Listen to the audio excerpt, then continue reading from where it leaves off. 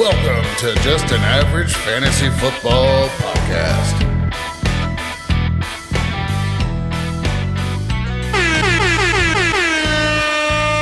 Week 1, baby.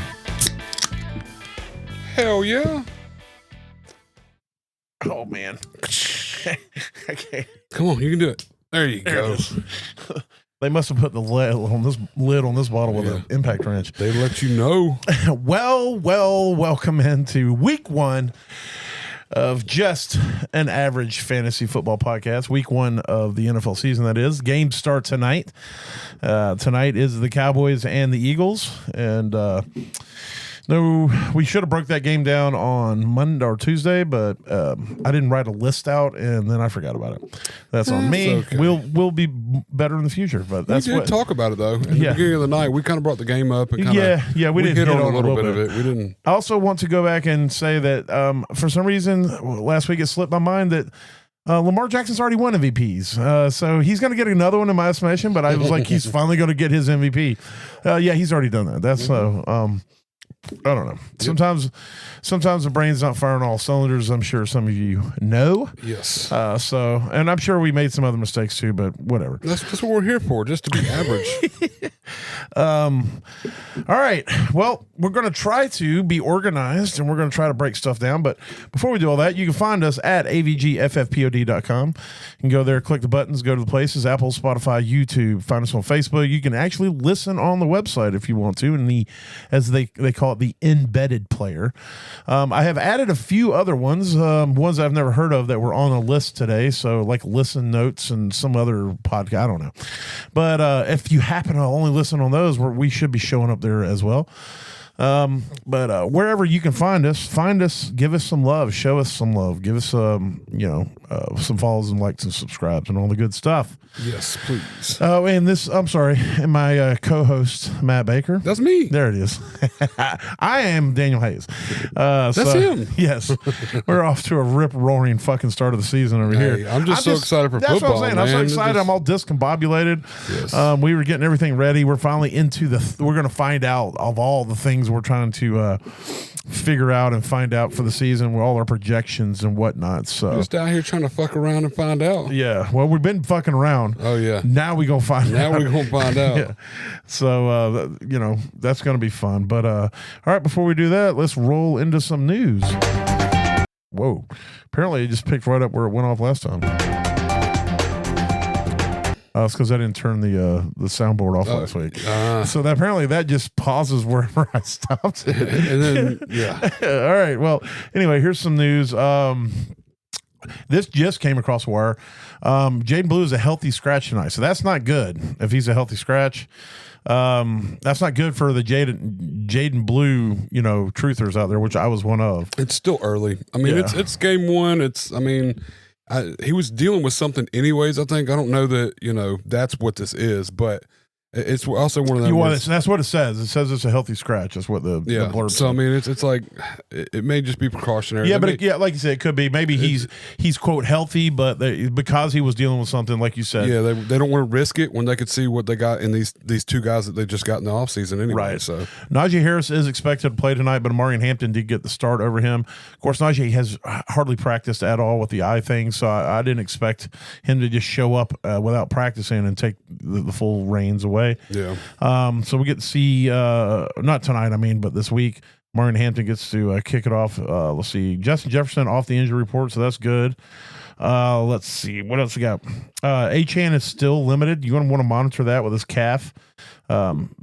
They're saying he's going to play, but if Ollie Gordon's out there, go get him right now. Yeah, you should already have him just because, just in case. But yeah, definitely. Dante Thornton Jr. with Las Vegas is a starter. The 6'4", 215-pound freak, athletic freak. I picked him up quite a few places. Just because. Yeah, dude is a size speed guy, and he earned his job. So, let's see. Rashawn Johnson's dealing with something with his foot, so he did not practice today. Let's see. So you need to keep your eye on that. Jalen Noel is going to be out. I thought, didn't they come across wire and say Jalen Noel's going to be out?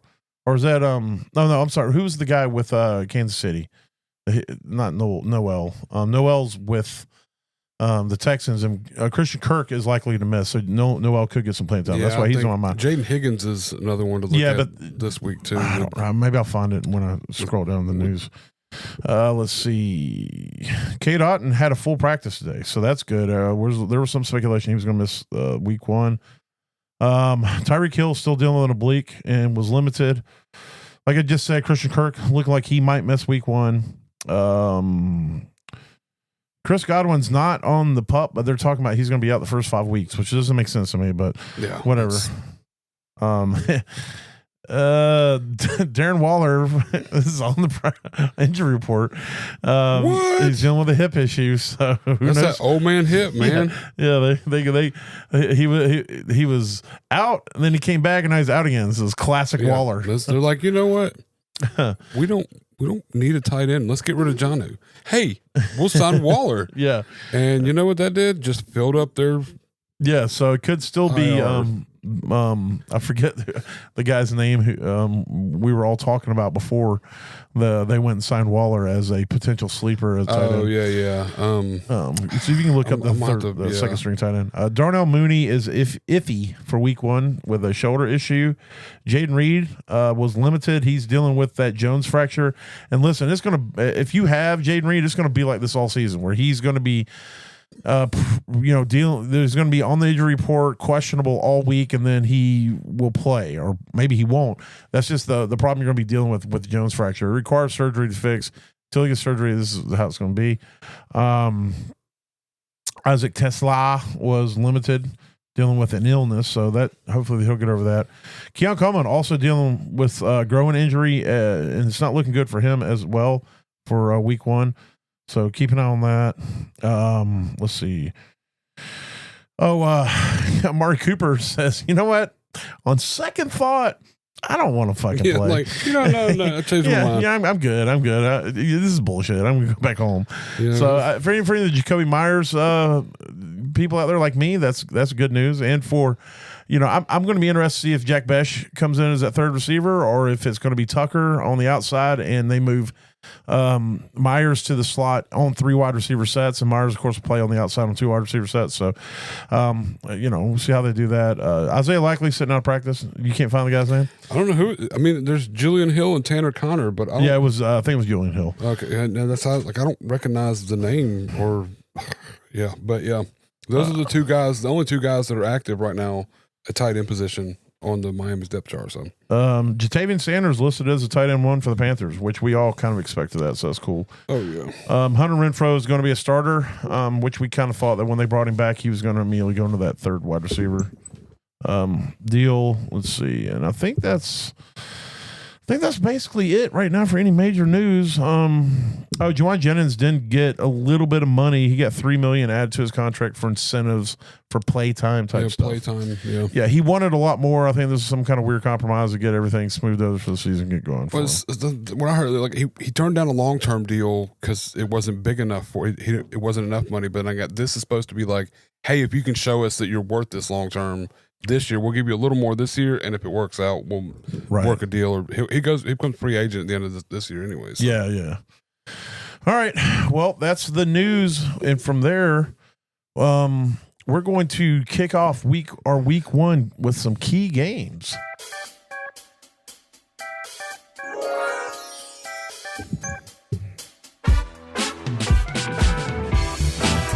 That baseline is how I feel right now. I'm getting ready for the game tonight. We'll talk a little bit about the Cowboys and Eagles, even though the game's going to be played by the time most of you listen to this. But I think it's going to be – you're going to get some fantasy value out of Dak and the receivers, even though you're playing a really good defense. I think the run game is going to be atrocious. I'll probably try to avoid that as much as possible. The tight ends should both be good on both sides. And I think the Eagles' offensive guys, you want to play them all you can. So, yep. All right, we'll kick it off with the Friday night game. That's actually in Brazil. And, of course, you got the Chiefs at the Chargers, but I mean it's Brazil, so there's really no home team here. But we'll start on the Kansas City side. You got Mahomes. I mean, yeah, you're going to play him if you drafted him, especially if you got him in the 3rd round. I don't know. I still don't know what to expect from Mahomes anymore. In fantasy, they talked about early in the season they want to go down the field more. They want to stretch it out. They want to have big plays again. So we'll see. That'll happen after 5 weeks. Let them get Rashee Rice back, and then between Worthy and Rice, I think that's going to be a little dangerous. That's going to help open it up some. For sure. With just Worthy, we're going to see a lot of what we saw last year, I think. There's going to be plays when it's big, but it's going to be pretty inconsistent, in my opinion. So I think Pacheco is going to have a good night tonight, but it wouldn't surprise me if Kareem Hunt gets more use than we want. Pacheco, of course, came back last season from the injury, did not look good, but they're saying that he's definitely healthy now and he's looking a lot better. So hopefully that's true. I would not be scared to play him if I had in a flex or something. I would avoid the rest of the running backs until we kind of see how it's going to shake out. Maybe in a deeper league, I throw Hunt out there just to see. If you got a deep league for a flex spot, I mean, I'd take a shot at it. Yeah. The wide receivers, you're playing Xavier Worthy for sure. I would throw Hollywood Brown in a flex and feel okay about that. And then might be the only chance you get to play him. He go out there and get injured this first week. True. And then I'm avoiding the rest. Juju's been there. He's been their 3rd wide receiver option for a while, and it doesn't get work. You got Kelsey, obviously you're going to play Kelsey. I would even play Noah Gray in a pinch. I mean, Gray has been known to have big games, and especially when they're down players.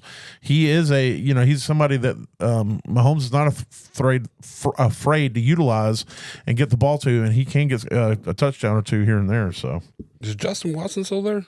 Not according to the list I'm looking at now. I was thinking, who was it last year that just showed up out of nowhere a couple games, like not any kind of super consistency, but towards the end of the year. So that might lean Noah Gray. Noah Gray, and then there was Justin Watson. He had his flashes and moments. Yeah, but if he's not there, then that kind of makes Juju a little more interesting, in my opinion. Without Rashee Rice and if Justin's not there, then could make Juju a little more valuable. And Juju will be their intermediate. I mean, Kelsey's their intermediate receiver, but Juju will be the other one because Brown and Worthy are going to be working downfield, I think. Exactly. On the other side, you got the Chargers. You got to keep in mind Kansas City's defense is really good against everything. At least they were last year. Yes. So you're going to play these people at your own risk, but you got Herbert. I mean, if you have better options, I would actually, not that it really helps anybody listening now, but I would play Dak over him tonight if I had Dak. And Philadelphia's defense is really, really good, but I just think Dak's going to be passing a whole lot tonight. Yeah. Because I think that the Chargers, they're going to try to muddy it up, and they're going to want to run the ball with Amarian Hampton and Najee. So I think Amarian Hampton will be a pretty good play, even though it's his first game as rookie. But I think you're going to get a volume play out of him tonight. You're not going to get a 30.9, but you might get a 17 or 18.9 just based off of sheer volume. I would avoid playing Najee until we see his utilization, unless you're in some super deep leagues. I think McConkey's a smash. The one area the Chiefs were weak on last year was slot receivers. And so if they're going to make hay in the passing game, it's going to have to be through that with McConkey. And so I would not be scared to play him or Keenan Allen, because I think they're going to they may alternate in that slot position. Yeah. And then I'd probably avoid everybody else at the receiver. I mean, how you feeling about Quentin Johnson? This is what's going to happen. I'm going to say he's not worth rostering. Don't worry. Don't look at him. And he's going to catch a touchdown that everybody knows he's going to drop, but he's going to catch it. Yeah. He's going to get one touchdown on 3 targets for 26 yards. And that's going to be his whole night. He's going to have 8.7, and I wouldn't even put him out there for it. I mean, but I know it's going to happen. I just got this gut feeling that's like, you're probably right. He's going to catch that one pass for a touchdown. McConkey will have 10 catches for 117 yards, 0 touchdowns. Yes. Quentin Johnson, he'll have 3 catches on 8 targets for 26 yards and 2 touchdowns. 2 touchdowns, yeah. It'll be something just astronomically, and everybody's going to be, all the Quentin Johnson truthers are going to come out of the woodwork going, "Oh, he got 2 touchdowns. What did Ladd get?" Like all the other work, but no. Are there any Quentin Johnson truthers left? There's still a few out there talking. It's probably his family. It might be. I didn't dig that deep. I just scrolled right past it. So. I'm staying away from the tight ends for the Chargers. I think Disley's going to have value. I just don't think it's going to be in this game. Yeah, no, and Conklin could potential, but it's not. Yeah. We haven't seen what we thought we would see out of him. So yeah. All right, the next game I want to talk about is going to be a Sunday 1:00 game. It's going to be Tampa at Atlanta. Last year, both these games were pretty much shootouts. The first game was the 500-yard game from Kirk Cousins. Who? Kink Cousins. Sorry, okay. my bad. I thought maybe you had a brother or something. I was like, what the hell is that? Oh, of course you're playing. We're going to start on Tampa side. You're playing Baker, absolutely, against Atlanta. Smash that. Yes. You're going to smash Bucky Irvin. The real question here is, what do you do with Rachaad White? I took some flyers on him just to see what the utilization was going to be in the past game and whether he's going to be a flex viable player. What are your thoughts? I don't know. He's still there. I mean, and he's super efficient. I mean, as receiving, as far as catching, he's not good at running the ball. He's but he's amazingly efficient at making the catch. Yeah, exactly. So I mean, it's one of those. I mean, he only has value in half PP or full PPR. Yeah. If you're in a standard league, throw him in the. You don't put him even on need fucking him. waivers. Yeah, because he's going to get you 7 points in 3 weeks or something. It's going to be bad. Yeah. But no, I feel what you are too. But I know Sean Tucker's done a lot in this offseason. That's the other too, question. Yes, like he could potentially kind of work his way up and take all of it. There were reports Rachaad coming White, that Sean Tucker is the quote backup to Bucky as far as the run game goes. So yeah, so I mean, I don't really know. I personally probably wouldn't put him out there unless you're in a dynasty that's all you got. Maybe. But as far as like redraft, he should be on waivers in my opinion because I don't think he's going to get enough utilization to warrant a roster spot for a flex even until we see. Like I said, I mean, he averaged like 6 targets I think last year or 5 targets a game. He was. I mean, his game log from last year. There was. There were some games. However he had many attempts he had, that's how many catches he had. So towards the end of the season, it did dwindle from week 12 on. But he did have like week 16, he had 8 targets. But other than that, he had 1, 1, 3, 2, 8, 1, 0. Okay, yeah. So some of that could have been with Bucky's emergence there towards the end of the season. So. I think that's kind of a wait and see type idea too. And he's somebody you can drop easy. If the first week he's just not being utilized and you got somebody better to pick up, maybe Ayamana is still on your waivers and you see him do something good. Just swap it. Yeah. The receivers, you're smashing Mike Evans. I think Ekbuka's a smash. We'll talk more about him later, but I think you play both those guys. Yes. And no worry. Yeah, and feel good about it. Cade Otton, if he's healthy, absolutely. He last year, when there was receivers out, Cade Otton was getting targeted, and that's all you could really ask for at that position. And he was doing. I mean, he looked like he got hit by a dump truck every time he got tackled. There's no one I've ever seen get hit harder than Cade Otton, but he got up and right back up. Yeah, and he's pretty efficient at the catches as well. On the other side, I'm playing Penix, man. I'm feeling okay about it. I know he's projected for a lower score, but I think Atlanta and Tampa is always a shootout, and they're going to want to show that, this is the right choice. This is their dude, and they want to start utilizing these toys or these skill players. You're absolutely smashing Bijan. Oh, yes. Or Bijan. In this. You don't really need to talk about it. The receiver, I'm playing Drake London, and to be honest with you, I'll play Mooney if he's healthy. I am a little worried about Penix and Mooney. It wasn't as nice as it was with Kink Cousins and Mooney last year. But if Mooney's out there and healthy in a pinch, I'll play him. And then I don't really think. I mean, Ray is one of those. He show up every once in a while. Exactly. He's a dart throw, more of a DFS type play in my opinion. And then Kyle Pitts, if he's ever gonna do anything, it's got to be this year. It's got to be something's got. We're gonna keep saying this every year until he's on his 16th season in the league, and we're like, this is Kyle Pitts' year, man. This is gonna be it. Those are. Let's see. Let's hit on a couple more. Let's talk about. Let's go to this Lions Green Bay game. The Lions at Green Bay. I think another divisional game. It seems to always be kind of high scoring. You're gonna if you got Goff, you're playing him. He was a QB1 last season. Just kind of quietly was right there in that QB 8-9 range all year. You're smashing Gibbs. I think you're smashing Montgomery. All Montgomery does is get touchdowns every game. Yes. My only concern with the Lions is what is this offense going to be with new coaching? But hey, I mean the players are still there and the system is still in place. So, And Amon-Ra St. Brown, absolutely. Javonte Williams, absolutely. Tesla is dealing with something, but Jameson Williams. I'm sorry, what did I say? Javonte Williams. Yeah, Jameson Williams. Sorry. Thank you. But you're playing both of them. You're feeling good about it. I'm kind of a wait and see with Tesla, even if he's out there as that third wide receiver, because I think Laporta is really their third receiver. Yes. How are you feeling about Laporta? He kind of fell off last year, and we're kind of hoping for that bounce back after he was the bomb his rookie year, I feel a certain kind of thing about the mustache he's growing, but in a good or a bad way? In a very bad way. But I mean, his targets came down last year. His efficiency was up a little bit as far as catches, but I mean, he had less touchdowns. I think what we saw last year is what we're going to get out of Laporta as a consistency. Yeah. I think the rise of Williams was kind of the downward tilt of the offset Laporta. Offset of Laporta, and I think, but it's. I think we're still good. You're still looking at top 10 tight end, but it's just you're just not going to get that elite play. It's not going to look as pretty as it did, And last year is probably where we're going to see him. I mean, gotcha. In my opinion, that's where he's going to ride for a while. On that other side, how are you feeling about Jordan Love? They stepped back last year. We thought that he was like a top 5 quarterback the year before. Stepped back last year. The whole offense did as a whole. Of course, they added Josh Jacobs last year. They were running the ball a shit way ton. Way more. They came out this year before the season talking about wanting to pass the ball, get the do more passing, but then they went and got Micah Parsons. And so, if their defense, now I think the Lions can push them in this game despite Parsons and make them have to go out there and keep passing. But I mean, in this game, if you had, let's just go with these two. If you had Goff or Love, who are you playing in this game?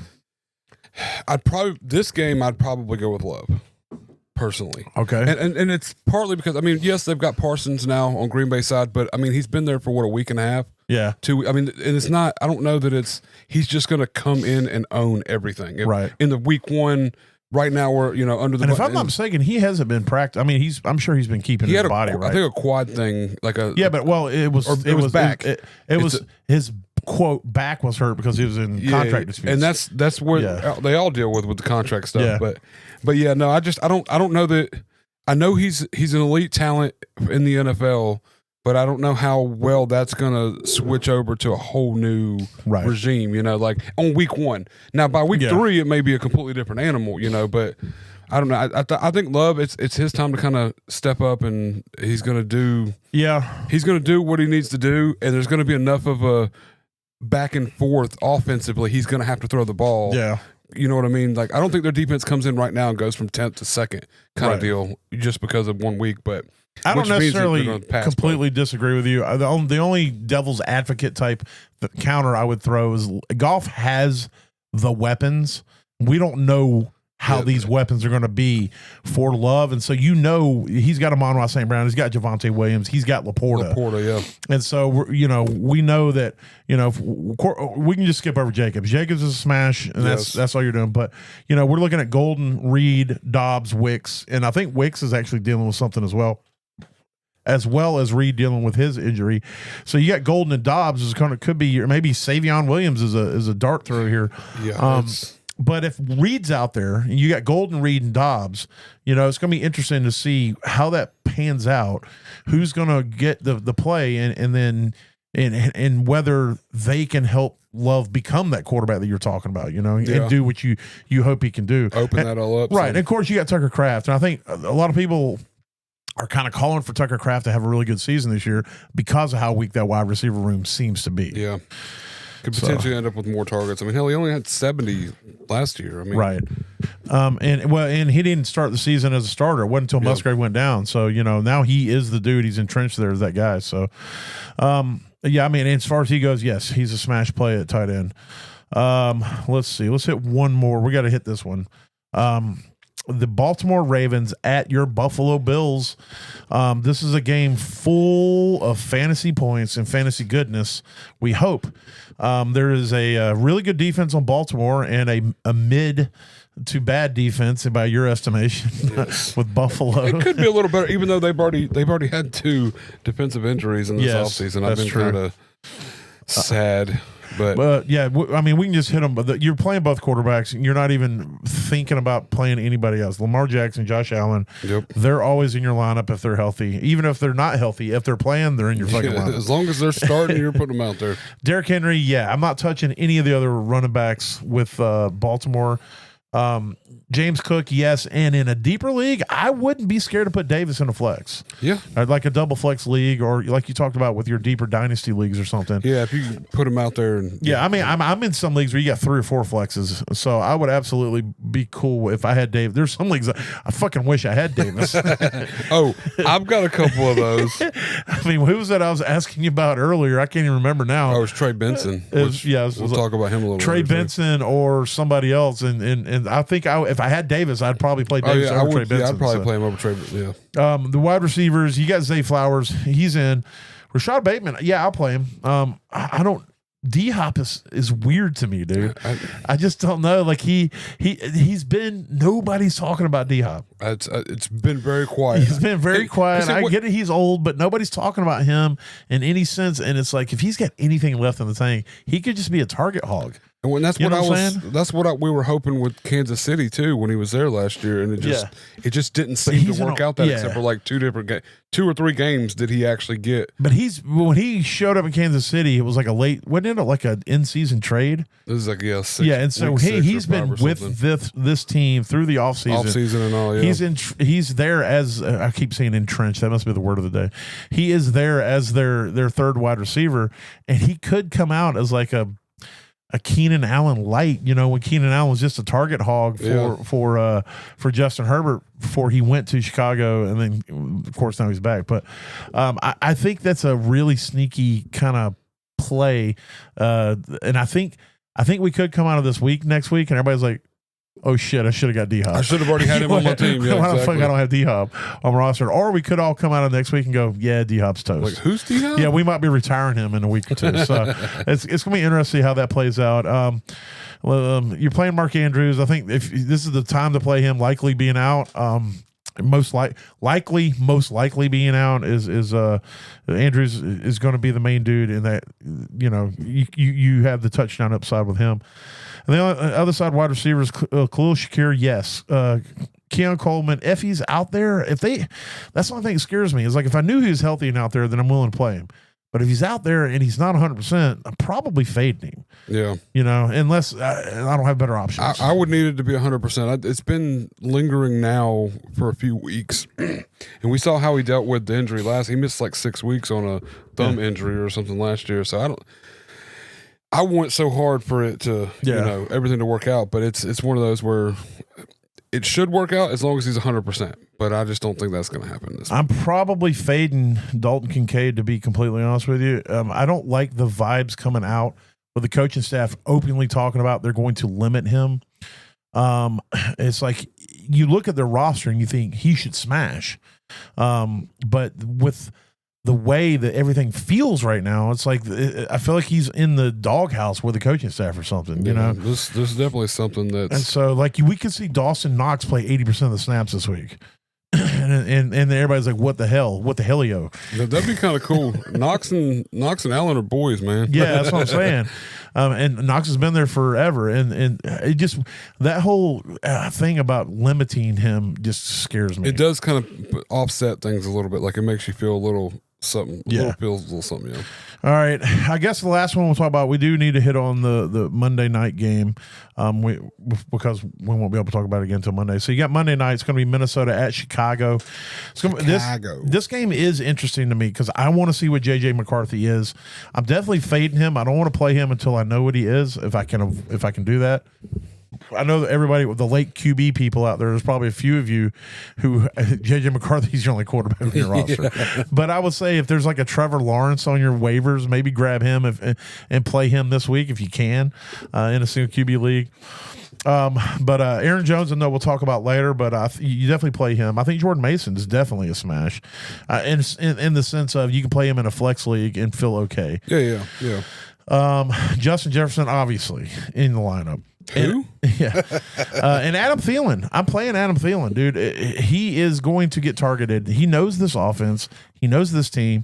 Him and this quarterback don't know each other well, but you saw what he did with Bryce last year. Even when Bryce was doo-doo trash, Adam Thielen was balling. That's exactly right. Yeah, I mean, as long as Addison's on suspension, Thielen's gonna get his. I mean, if you're really, really desperate, you play Naylor, but if you're having to play Naylor, you probably already going to lose. Yeah, I'm just going to put it out there. Very much truth. And yeah, you're playing Hawkinson.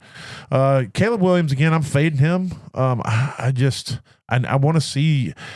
I want to see this Ben Johnson offense. I want to see him in this offense. But Minnesota's defense is stout, and their defensive coordinator Brian Flores is one of the best in the business. And so I just need to. I think if I can fade him this week, I'm going to do it. I would play McCarthy over Caleb Williams, and I think that Caleb Williams has more athletic. If I'm looking for a floor play, I play McCarthy over Caleb. If I'm looking for an upside play, then I play Caleb, if that makes sense. Yeah. DeAndre Swift could be one of the biggest values or biggest, why the fuck did I draft him in this year's draft? We don't know. Yeah. We have no idea. And that's just because Roschon Johnson could be the guy, even though he's dealing with an injury, so you need to keep an eye on that. And then there's the Monangai lovers out there who think he could be the guy. This is another backfield. I told you. One of those, it's like, there's too many backfields. You got to see what they shake out to be. Exactly. DJ Moore, I don't know why the vibes are bad with DJ Moore this year. Is it because of all the mouths that they have to feed? Well, it's either that or it's just everybody sees the decline of Williams as a quarterback, or not. Maybe not the decline, but not the ascension. Yeah, exactly. Nothing's moving. Nothing's progressing. Yeah, we don't feel like it's progressing in the right way. Right. They're just like all these kind of people kind of fall off a little bit, right? And a little bit more. I haven't heard anything bad per se about DJ Moore, but I have heard he's going so late in drafts. It's disgusting to me. Like I feel like he should be up there. I mean, I don't know. I think he's a value this year, to be honest with you, because I think regardless of how many mouths there are to feed, DJ Moore is still the guy that needs to be fed the most in that offense. Exactly. Odunze, I'll throw him out there. Zacchaeus is more of a DFS play for me, and I'm not touching anybody else. And then Colston Loveland, if I can get away with benching him this week, then I'm doing it. I would even play Hunter Henry over Loveland this week. And I know if you go look at the projection, Hunter Henry's projected for like 5 points and Loveland's projected for like 10. But I don't give a shit about that. I just know that, we'll talk more about Hunter Henry in a little while, but he has a rapport with his quarterback, and they vibe, and he got hyper targeted last season, and Loveland is a rookie, and with a offense that has so many people that are going to demand the ball. So I just want to see how that shakes out. I think Loveland is super talented. I think he's going to be a good tight end in this league. I don't want to put my week one matchup on the line for Loveland. You know what I'm saying? Well, I mean, if you drafted Loveland, especially in redraft, you're probably desperate for a tight end anyways. You're probably going to have to play him. But I mean, that's true. There are some. I mean, but I'm saying I bet Hunter Henry's on your waivers. Oh yeah. You know what I'm saying? I'm trying to think. Maybe you can't play him tonight, but like I know Ferguson was on some waivers. I know that Goddard was on some waivers. Chigga was on a couple. I would play all those guys over Loveland tonight. Yeah. Yes, absolutely. All right. Well, from that, I guess we're going to roll into Daniel's don'ts. No, God! No, God, please, no! No! No! No! I love that cut so much. I just saw that video again today. It's a hardcore classic, man. He screams no at the end of that. Yeah. That's my favorite thing in the world. It's how I feel about so many things in life. When I have to somebody's like, hey, can you go to Marietta to pick? I feel like that's what you want to just yell every time. Yeah. So anyway, so these are my don'ts. And for anybody who's just picking up, these are people that I don't think you should play if you have better options this week. And sometimes, maybe not this week, but there will be some weeks where I'm going to name people where you're like, that's crazy. But yeah, it'll be one of those, hey, you may not have better options, but on the off chance you do, you should play this guy. Yes. So my first one is going to be Caleb Johnson. I love Caleb Johnson. I think Caleb Johnson is going to be a really good running back in this league. And I think he could potentially knock Jaylen Warren out of his starting role. But this week against the Jets, week 1, It's not the week to figure out if Caleb Johnson is going to be a good play for you in your lineup. In my estimation, I would play Warren just because Warren's going to be getting the pass catching and the run share, and he could volume you to a 12-point week and be okay. I think Caleb Johnson has a chance to go out there and look really bad, and he could be somebody you could potentially be looking for to pick up after this. Yeah, because everybody could be dumping him to waivers after this game. I start him just to kind of go look at it to see how this game played out. It's a tough defense. He's a rookie. You know, right. Jaylen Warren got the Pat Stacks, got his contract or extended, and I just feel like it's all progressing towards Jalen's going to get the lion's share of it all. Yeah. And Caleb could look bad in his 6 carries. Yes. It could be 6 carries for 12 yards. And that's it, or something really low like that. But and AA Ron is playing against his team last year that was kind of maligned when he left. So it could be one of those he wants to pass the ball, and I mean DK could be a smash play this week, just because he wants to pound the Jets into the ground. And it's just like if that's happening, then there's 2 sides of that coin, I guess. Because the second half, if they're up by a bunch, they could say, screw it, we're just going to see what the rookie can do for a quarter, and maybe you get something out of it. But I don't want to chance that if I have better options. I don't know. I would rather play Warren over him. I would rather play Pollard. Obviously, I would rather play Austin Eckler. To guys like that over Caleb Johnson this week. My second don't is also a rookie that is playing against a really good defense. Cam Ward at the Broncos. The Broncos defense is great. I love Cam Ward. This is a big Cam Ward house. I want Cam Ward to be great. I think he's going to be a really good quarterback in this league. But his first game at Denver is not something I want to invest in. So if I can get away with playing almost anybody, I mean, the 2 quarterbacks we just talked about, I would play both of them over Cam Ward. I would play J.J. McCarthy or Caleb Williams if I can get them. There's very few. I mean, I would be tempted to play Daniel Jones if I can get my hands on Daniel Jones. All right, let's not get carried away now. This is an average podcast, and I don't want this coming back on us. In any way. I think Daniel Jones can use his legs because he's a borderline superback to save your week. I feel like there's a potential for a slaughter fest for Cam Ward this week, and it could just get real. And Patrick Surtain could be his welcome to the NFL moment with Surtain with 3 interceptions. Just lays him out a couple times too. Yeah, it could just be bad. We don't know how good that O-line is, so that's good too. Their pass rush is good. Their secondary is good. Yeah. And here's the thing: they're going to apply pressure on offense. The Titans are going to be forced to do a lot of passing. That's either going to be good or really, really bad. Really, exactly. So I think odds lean towards the really, really bad side of the equation. Yeah. And then my last is the Giants running backs. Somebody in that backfield is going to have value. Both of them might have value. I don't want to figure it out this week. I don't want to know if it's going to be Scattaboo or if they're going to stay with Tyrone Tracy. Thank you, Tyrone Tracy. I figured that's why you went Scattaboo first. The letter T was in my head, so I knew there was T's involved. You're partly there, yeah. So I don't know if they're going to. They say it's Tracy's backfield. Maybe it is. The Commanders aren't necessarily a tough run defense, so if you pick right. This is one of those things of Daniel's don'ts. It's like, this is more of a, you roll the fucking dice. I definitely wouldn't play them both if you have them both.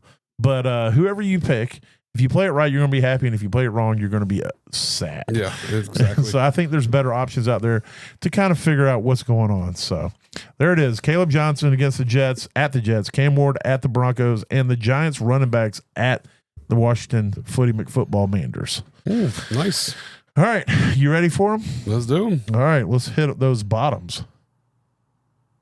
Unless they happen to be power bottoms. What's a power bottom? A power bottom is a bottom that is capable of receiving an enormous amount of power. Actually, Mac, you got it backwards. You see, a power bottom is actually generating all the power by doing most of the work. Does the power have to do with the size or the strength of the bottom? Now, Dennis, I've heard that speed has something to do with it. Speed has everything to do with it. You see, the speed of the bottom informs the top how much pressure he's supposed to apply. Speed's the name of the game. Right, buddy? Oh, God damn it. Yeah, I know. I'm going to fold up my fantasy. We just got to blur. First of all, that cut's amazing. It's one of the greatest cuts ever. It's definitely, yes. But in the midst of listening to that cut, a blurb comes across and it says Christian McCaffrey showed up on the injury report due to calf. Limited with a calf Limited issue. with a calf issue. I'm glad. let's all take a moment. I'm glad that I got Brian Robinson in almost every league that I have McCaffrey. Yeah, So it's definitely. not going to hurt as bad.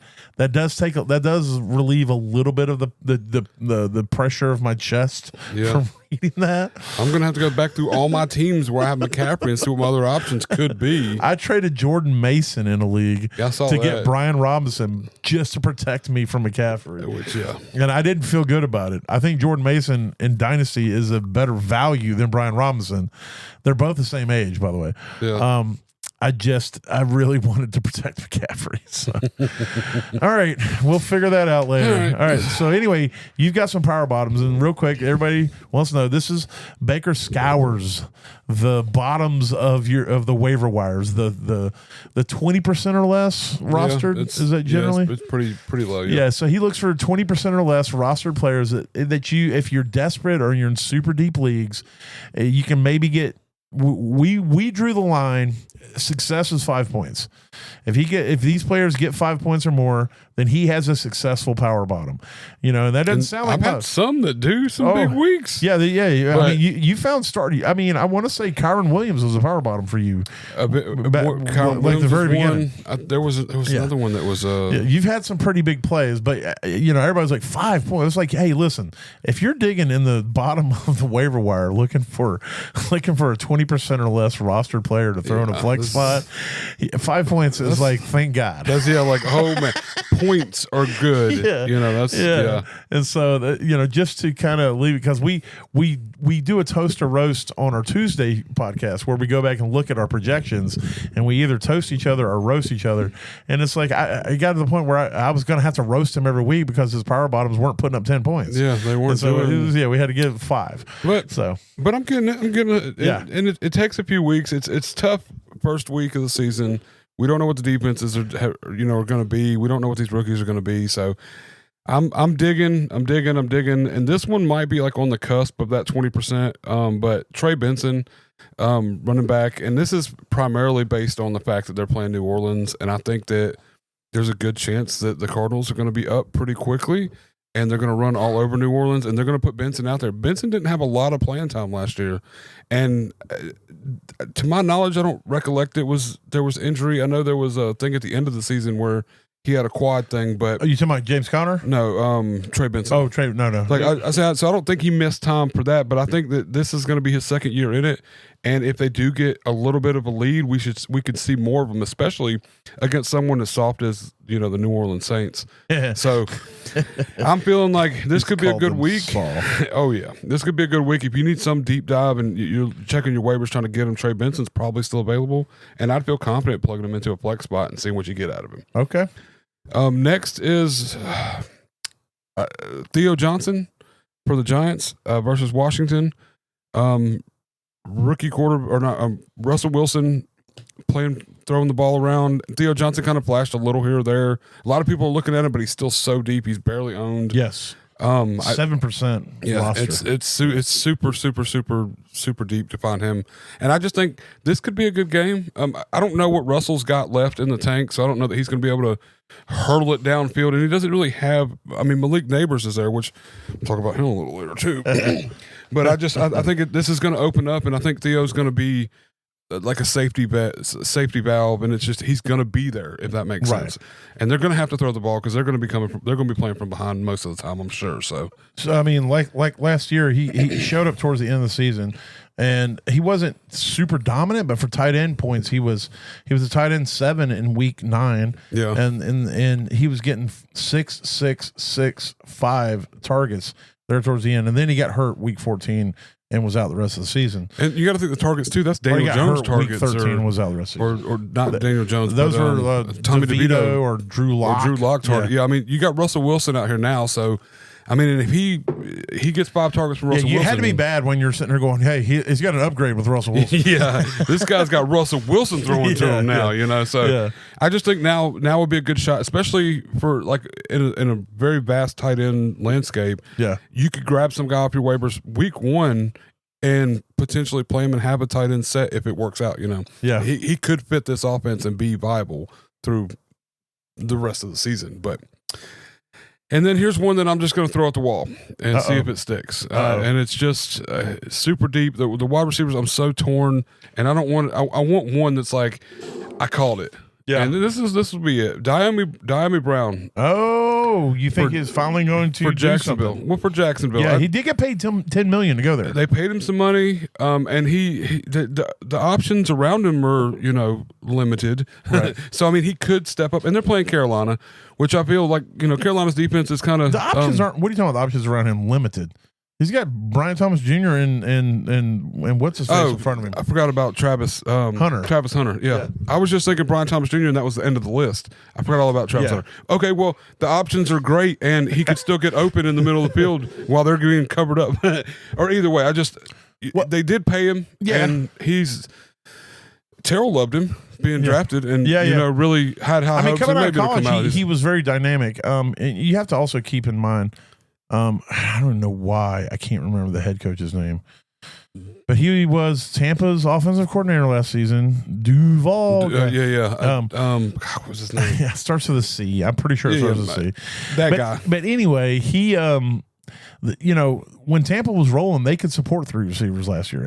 They were able to support Godwin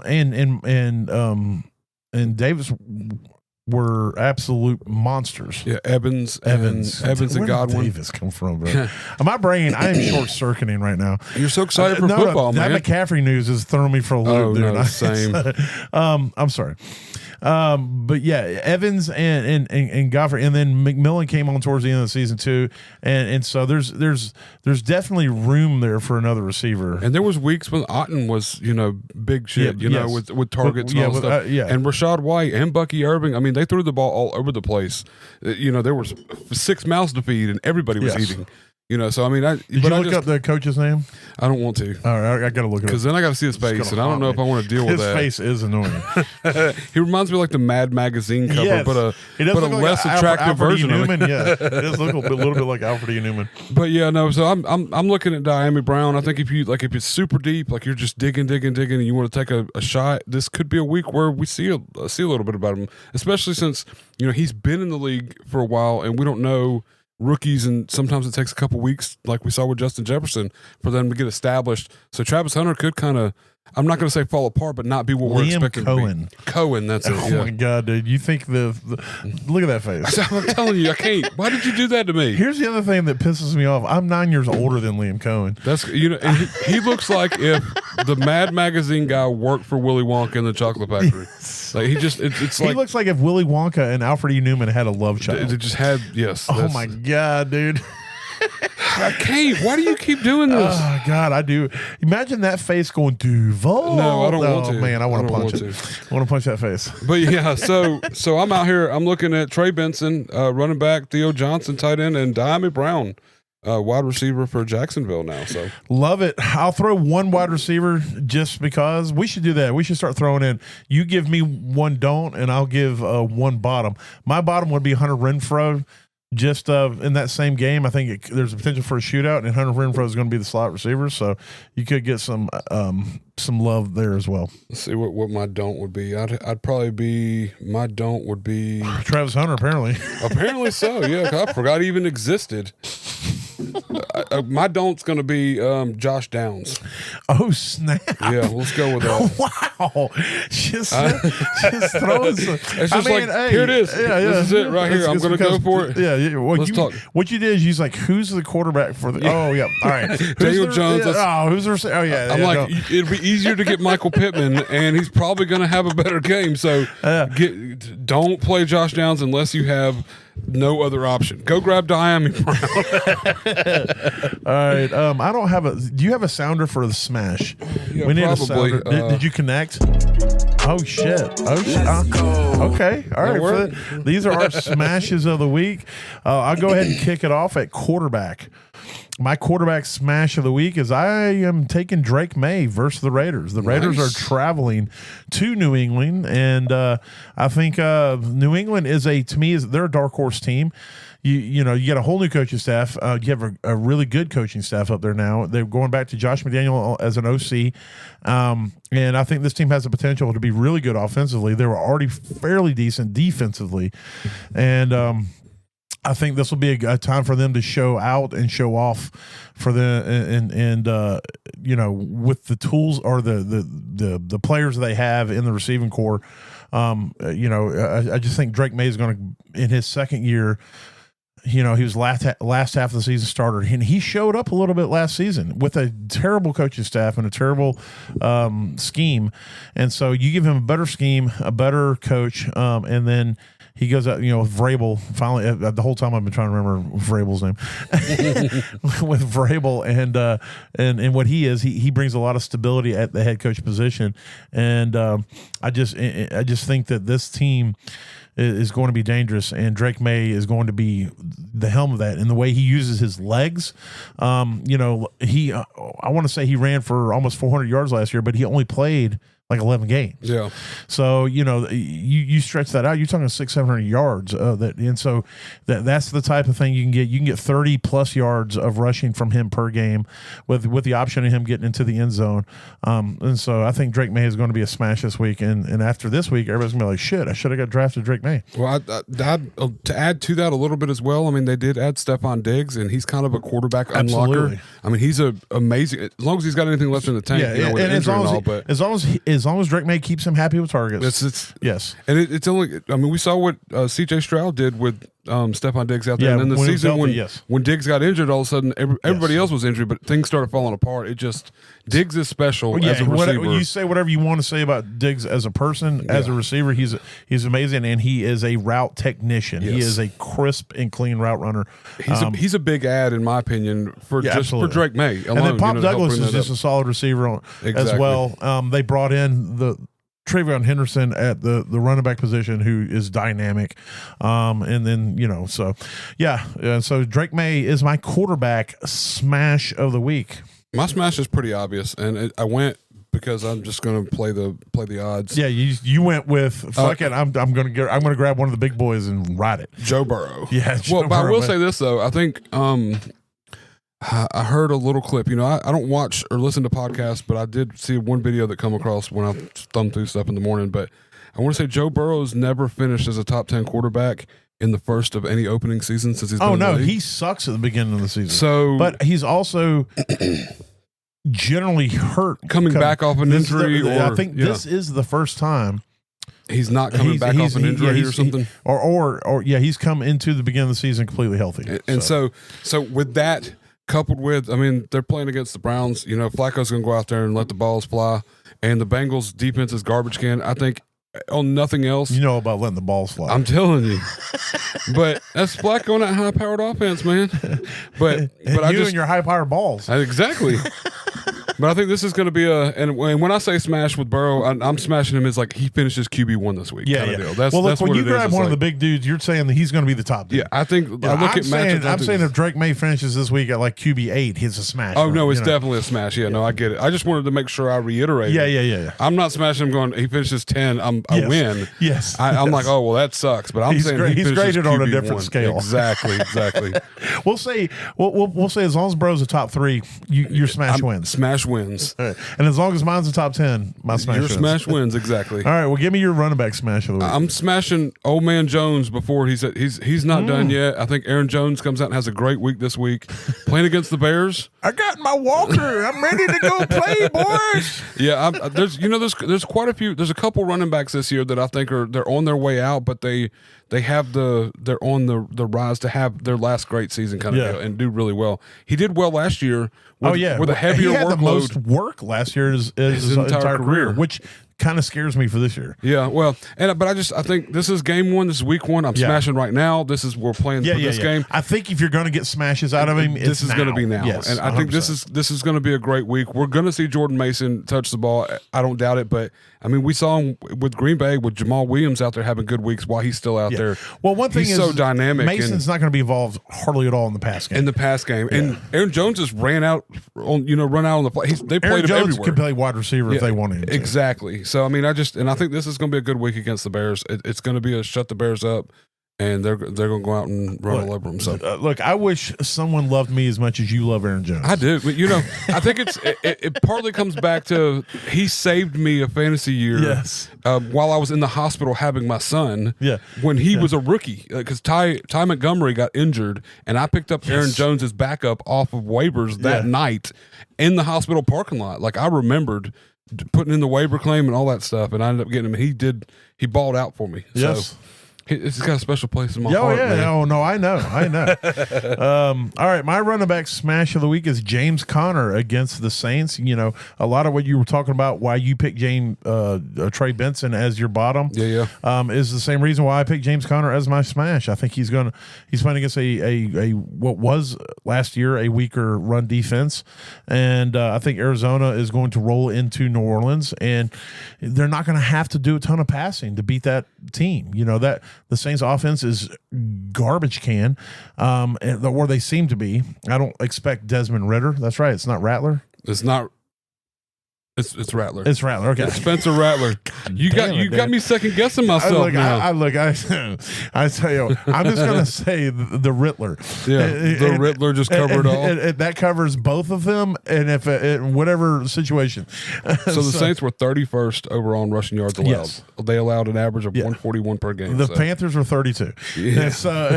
And so the Saints were garbage last season, and I just think that James Conner is somebody you're totally getting late in drafts. He's as long as he's healthy, he's going to be fucking amazing for you in your lineup. He's involved in the pass game, he's involved in the rush game, and again, the Saints, they're not a team that's going to make the Cardinals have to keep passing the ball all game. And so at some point, it's just going to be let's run the ball, let's kill the clock, and when that happens, the defense is going to soften up, and then all of a sudden you're going to get a James Conner fucking 60-yard touchdown. Yep. And so James Conner is my running back smash of the week. My wide receiver smash, I had to go with him. This is the game. We'll find out. But Emeka Egbuka against Atlanta for the Tampa Bay Buccaneers. I really believe in this guy. Same. I made the mistake of being out on Olave, and despite Olave's problems, it's never been his ability on the field. It's just been health. And I don't. So I changed the way that I evaluate wide receivers, and to hear the things that Mayfield says about Ibuka, the way that I think that they're going to immediately gel, or have immediately gelled out there, and I just think that he is going to assume that Chris Godwin role, and he's just going to get tired. He's going to get 8, 9, 10 targets, and do something with it. It's going to, and Atlanta's secondary is mid at best. Yeah, they were not very good last season, and so I just think this game could be a shootout. Egbuka could be good, and after this week, everybody's going to be going, damn, that dude is good. So I like that a lot. I me, if you don't have him in leagues, I've got him. So it's bro, I still have trade requests right now out for him. I'm like, please. I've got one now where I'm trying to move Justin Jefferson for Drake May and Ibuka. Oh yeah. And I'm fair. I'm in a full blown fucking rebuild. Yeah, you got to tear it down. Yeah, it's like a 3 year. I'm like 3 years out on this rebuild. So I try to get a second round too, but hopefully he doesn't listen to the podcast. I would just take those two at this point for Jefferson. I understand. It's also super flex. I can see where I can get behind that. That's Drake London is going to be another. No, Drake May. Drake London. No, I said Drake May. Oh, okay. Oh, your wide receiver smash is Drake London. No. I thought you were saying you were trading for I got Drake May and then when you I said might have super said London. That's what I heard. Yeah. It's probably not what you said, but It is what I heard. 'Cause I The was like, wait a Canada second. Dry is hitting hard, It bro. is, man. That shit, it's killing it. All right, Well, I who's guess your wide receiver? my smash? wide is receiver it Drake May, smash- is it Drake May or Drake London? It's neither of those. It is another like this is going to be a follow up rookie or second year Malik Neighbors against Washington. This Love week. it. I think he's going to go out there and just Russell Wilson. I think he unlocks Neighbors a little more than he got unlocked. I mean, we saw what Neighbors did with terrible quarterback play last year. On tons of targets, but I don't think he's going to need as many targets as he got last year to still produce as much as he did. Because I think these targets are going to be better. He's not going to have to turn around and come back for the ball. Wilson's going to be able to lead him with it instead of when DeVito was dropping it 3 yards back and Neighbors had to do everything he can to catch the ball. That stuff goes away. And Neighbors is going to have just a jam up week this week, finish his top 12, and everybody's like, "Yeah, I'm so glad I got this guy. I'm glad I drafted him." I love it, dude. I think it's going to be a big In one. our home league, I took Neighbors early. I don't really have a ton of Neighbors in my leagues. Not that I have anything against him. It's just that his cost is generally too high, and the other players around him. Yeah. But when his pick came up, one, he fell in our league, which was crazy because there's a lot of quarterbacks in a single quarterback league that went in the first round. Way early. And so he fell, and I was like, you know what? I don't have him really anywhere. Let me just take him, and I feel good about that. So Yeah. all right. Well, who is your tight end smash? I'm smashing. I've been saying it for a couple weeks now. I'm really liking where it's leaning. I hope it continues. But Chig Okonkwo. I know they're playing a tough defense against Denver, but I think Chig's he's gonna be the safety blanket. They don't have Tajay Spears, so Pollard's gonna have to do. Is this the year of Chig? I think this is the year of Chig. This is the- all I right. think it's all coming together. You've heard it here first. I think this is the year of Chig Okonkwo. I think he finally breaks out. Like not So just he and breaks out. Joku's. Yes, he and Joku's exactly. Yes, That's what he's going to do. yeah, or Ingram's. Yeah, Where he exactly. finally, after like 4 or 5 years, You've been it's waiting like, on this, and pow. all of a sudden it's like, boom! We know he's got the You talent. got the we know he's got surprise, whatever. oh yeah, this one. Right Yeah, that's what Okonkwo was going to what say after Okonkwo's this going week. to do. Yeah, and it's a tougher defense, but I think I think it's going to game plan him out where he ends up being the open target, and he's going to be Yeah. out there. And he's going to get 8-9 Well, catches. he's going to be that safety blanket, that Yeah. that pacifier for Cam Ward, I think. He's going to get. It's going to be a big week, I think. And for Cam Chig. Ward to me feels like a quarterback who is he does have a little bit of that gunslinger mentality, but I feel like Cam Ward is a quarterback who really wants to be great. Yeah. And I think he really is working hard to be good at his craft. And I think that in order to be good at his craft, he has to understand that there's a tight end there that's going to help bail him out. It's going to open it up. And he yeah. don't have to go downfield all the time. And you don't that's have to gonna play help. hero ball. Yeah. Exactly. That'll help out with everything. And I just think this is going to be the game where everybody's going to be mad they didn't have Chig Okonkwo already. Like he's sitting on waivers so many places. It's crazy to me, but I think that's my tight end smash, Chig Okonkwo. Well, hold on. Let me grab a beer. Since I gave you mine, because the Canada Dry can just needed a Yingling bottle next. It's empty. It's empty. All right. My tight end smash. We had to get a beer for this one. My tight end smash of the week is Hunter Henry Oh, versus the Raiders. nice. It's not sexy. There's nothing sexy about putting Hunter Henry in your lineup. There's nothing sexy about feeling like putting it out there and like, oh man, hell yeah, I got Hunter Henry. That doesn't Yeah, exist. that's not something. But that here's what is sexy: winning your fantasy week. And so if you have, I don't even know what other tight ends off the top of my head. I mean, I would play him over Loveland. We talked about that earlier. Yeah. Obviously, any of the Steelers tight ends, Freiermuth or Jonnu. Or Jonnu. Yeah. As much as I love Theo Johnson, I would play him over him until I think Theo Johnson eventually is going to be better. But I think right now, yeah. Javion is it Jatavian. Jatavian? Good Lord. Jatavian Sanders. For the Panthers, I would play him over that. So this is the area I'm operating in. Kyle Pitts. Hmm. Dalton Kincaid. I will say this: when you talk about, I've definitely played him over Kincaid. When you talk about Kyle Pitts, if my team is projected to lose and I'm looking for an upside play, I play Pitts. Play Pitts. If I need a solid fucking floor, I'm playing Hunter Henry. All right, you got to set your lineup right now. Jake Ferguson or you wait on Hunter Henry? Game's about to start. Ferguson. Play Ferguson. No, I'm sorry. I play Henry. I play Henry. My brain, when you said Ferguson, I thought you said Goddard. Oh, okay. No. I would definitely play Hunter Henry over Jake Ferguson. And I should probably put my money where my mouth is because I have Ferguson in a league. Well, game starts in 1 minute, so you better. No, hurry. I'm not gonna be able to do it that fast. but yeah, I was just looking in the area where Yeah. he's going, where he's being drafted around or whatever, just what options would be there. So, but I really think Hunter Henry is going to be solid this season. And I think that starting week 1, it's going to be against the Raiders at home. I think there's going to be a lot of passing for New England. I think there'll be a lot of passing for both sides, but especially for New England. And I think Hunter Henry's he's going to get 8 targets this game easily. I think that's the floor as long as he's healthy. So, all right. Well, there it is. Sounds good. There's our smashes of the week. So we're going to run through this real quick. We're going to do our DFS. We're going to do this every week. Give our we're doing a head-to-head matchup, a DFS, and at the end of the season, I don't know, maybe next season the winner can pick the loser's team name in our home league. I need to actually keep up with our wins and losses, so I'm gonna get like a whiteboard or something in here where we can actually keep up with it. Yeah, because it doesn't keep up with it in DFS. Yeah, we're gonna have to do something. We're gonna have to add -1s and +1s. Yeah, or something. we can do some minuses and pluses. All right, so let's hit that. All right. Well, go ahead. And, I'm sure you got yours pulled up. I'm trying to pull mine up now. I do not, but I will in just a moment. All right. So here we go. I'll go ahead and give mine. So my we just talked about him. Drake May is my quarterback. He's $5,500. For anybody who cares about my strategy when it comes to doing DFS lineups, I scroll to the bottom of the quarterbacks, the starting quarterbacks, and then I work my way up from the bottom to a starter that I feel good about and spend the cheapest. 94% of the time. Every once in a while, if I think a top dude's going to ball, I'll spend up and get him, but I don't like to spend up for QBs. So 5,500 was Drake May.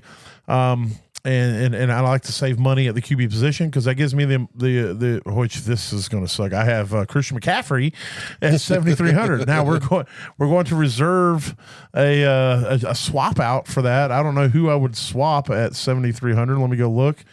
Let's say Bucky Irvin. Bucky Irvin 7,100. So if McCaffrey is out, I'll play Bucky Irvin instead of McCaffrey. But McCaffrey 7,300 is my running back. And then I went and got Travion Henderson for 5,500 against New England. I have way too much invested in this New England game.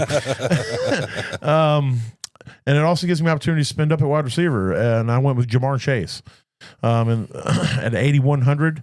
I just think that game has potential to be a shootout because Cincinnati's defense is garbage can. Yes.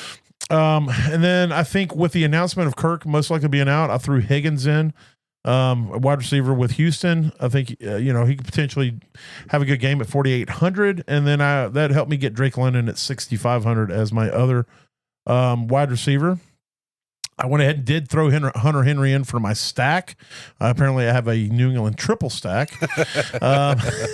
This could get ugly. For 3,900, cheap tight end. I don't like expensive tight ends either. My flex is James Conner at 6,100. And then again, when I look at defenses, I scroll to the bottom of the defense, and then I pick the cheapest defense that I feel okay about.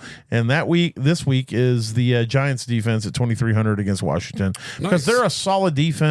I just need a couple sacks, maybe a pick, and I'll be happy.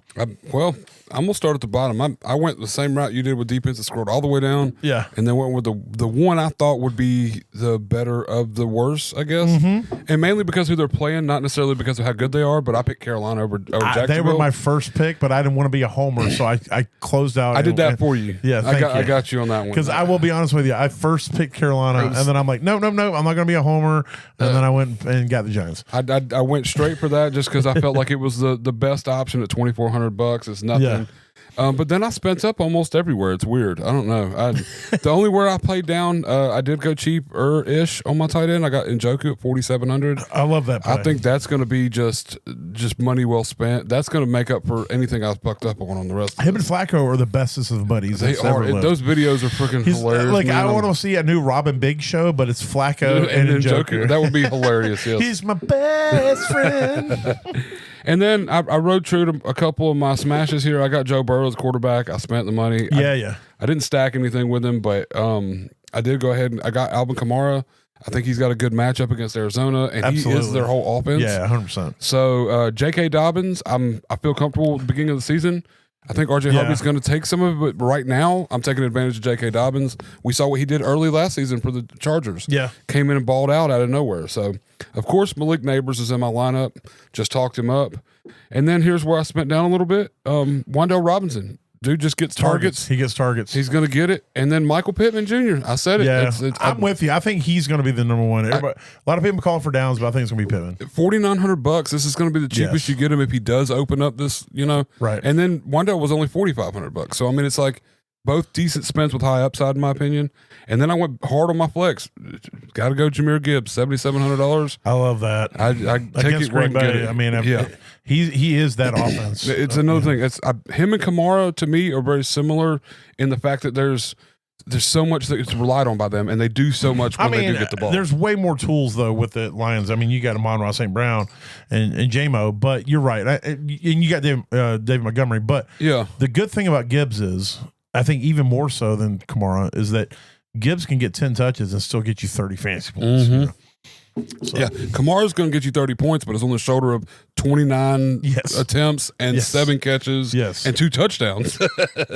But yeah, no, I think he's the whole offense where Gibbs could be there and be better. Gibbs is the lightning he's spark of that offense. Of the offense. So, but that's break it down. Joe Burrow, Alvin Kamara, J.K. Dobbins, Malik Neighbors, Wandale Robinson, Michael Pittman Jr., Njoku, Gibbs, and the Panthers defense. I think a couple of these are cheap, and it's going to change around.